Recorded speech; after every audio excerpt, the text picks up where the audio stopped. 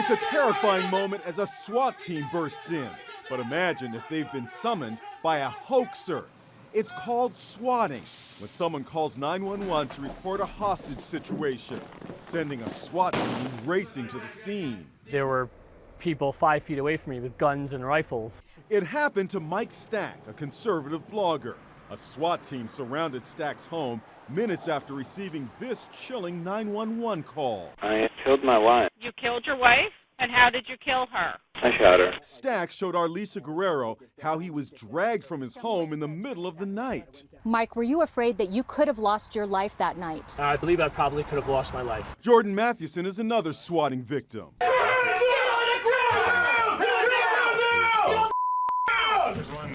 Put your hands behind your back. He was playing a computer game when the SWAT team burst in after a 911 call about a massacre that turned out to be bogus. Yo, what's up, everybody? Thank you for tapping in with Politically Informed, where we give you the latest political commentary from a completely independent point of view. We're not Democratic, we're not Republican, we're independent thinkers, we're independent minds, and if you're independent, leave a comment below in the section box saying independent. All right, so in today's clip, I wanted to show that previous clip basically just to describe exactly what swatting was, because I actually didn't know that this was actually going on. I had no clue that you had kids, or now I mean, we don't even know if they're kids, but you had individuals, people out here basically calling the police on other people and having SWAT teams sent to their house. Crazy. I've seen some instances across the country where a couple of people actually died behind this, but it looks like this is the latest tool for politics right now, because you got a lot of Republican lawmakers that have been complaining recently, saying that they have had a lot of threats or swatting incidents occur specifically on them. But I actually saw that, it's actually occurring to Democrats as well too. So let's get into this clip. Before we do, make sure that you like, you share, you subscribe, click the notification bell so that you know whenever I'm dropping the latest clip, and let's get right to it. It is a concerning trend for law enforcement and politicians. Several Republican lawmakers becoming victims of a prank known as swatting this week. Fox News correspondent Rebecca Castor explains. It's called swatting, a criminal prank where someone calls 911 faking an emergency to bring a large number of officers, usually a SWAT team, to a particular address. And it happened to at least 4 Republican lawmakers this week. We need to find out who's doing the swatting, and we need to throw the book at them, prosecute them, put them in jail so that this stops. On Christmas Day, the homes of 2 House Republicans were swatted, Georgia's Marjorie Taylor Greene and New York's Brandon Williams. And said it's the sheriff, their office. We're on our way to your house for a shooting incident. And I called them back and I said, hey, everything's cool here, but you really have to de-escalate that, because it's just not fair for law enforcement. Much less it's very violating of my family. Greene posting on X, quote, "This is like the 8th time, and my local police." 8th time? Yo, that's crazy. They done sent the SWAT team to this lady's house 8 times already? Man, luckily she's not like the guy I saw in one of the other stories I saw earlier, man. Like, they sent the SWAT team to his house the first time and he had a heart attack and died. Crazy. Police are the greatest and shouldn't have to deal with this. Florida Senator Rick Scott's home in Naples swatted just days later. Thank God that the Naples police knew how to get a hold of us.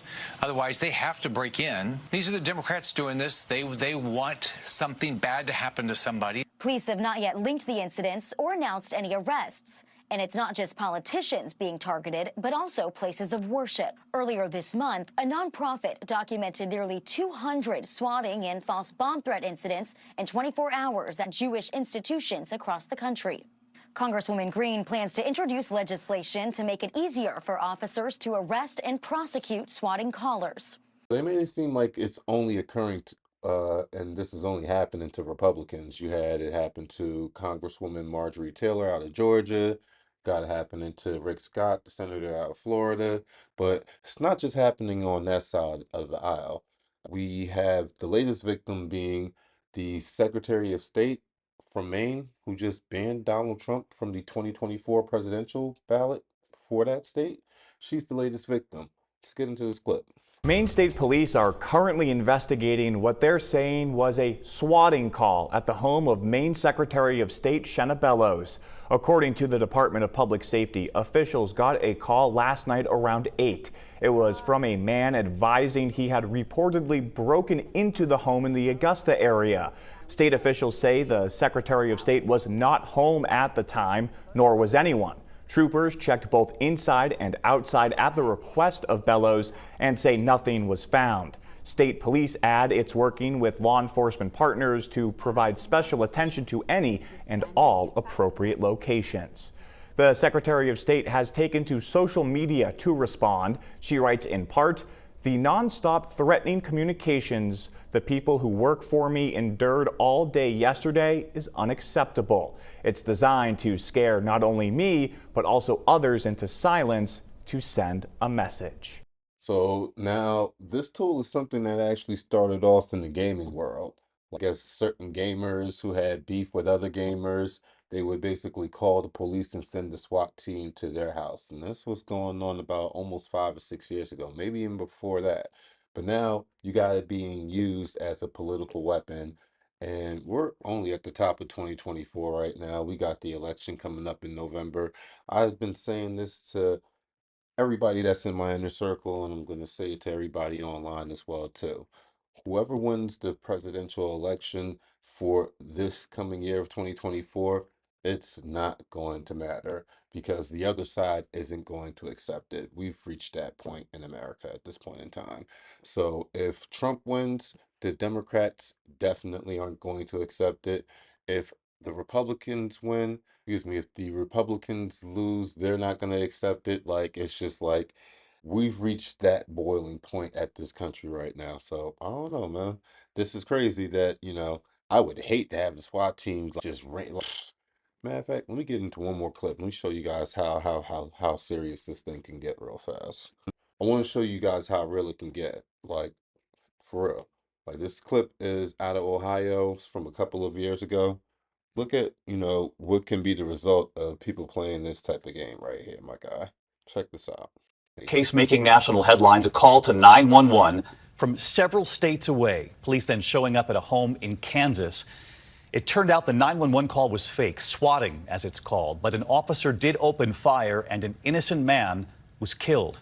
Here's ABC senior national correspondent Matt Gutman with new developments. Tonight, the California man accused of that prank 911 call leading to the death of a stranger 1,500 miles away is preparing to face charges in Kansas. Are you the Tyler Ray Barris one by the state of Kansas for a criminal offense? That alleged criminal offense, it's known as a swatting call. This is 911. What's going on? I shot him in the head and he's not breathing anymore. I already poured gasoline all over the house. I might just set it on fire. Do you have any weapons on you? Yeah, I do. Police raced to the address the caller gave them, completely unaware of that 911 call. 28-year-old Andrew Finch opened his front door.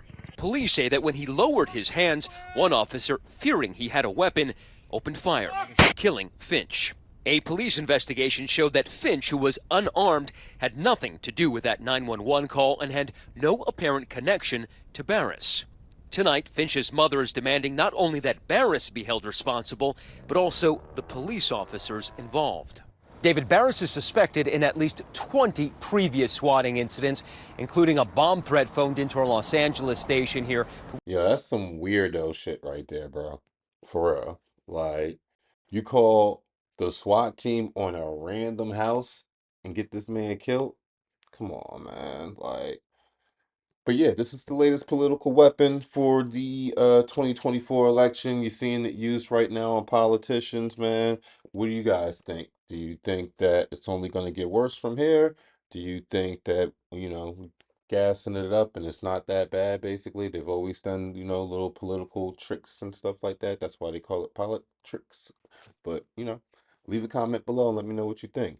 Make sure that you like, you share, subscribe, and I'll get with you on the next clip. Love.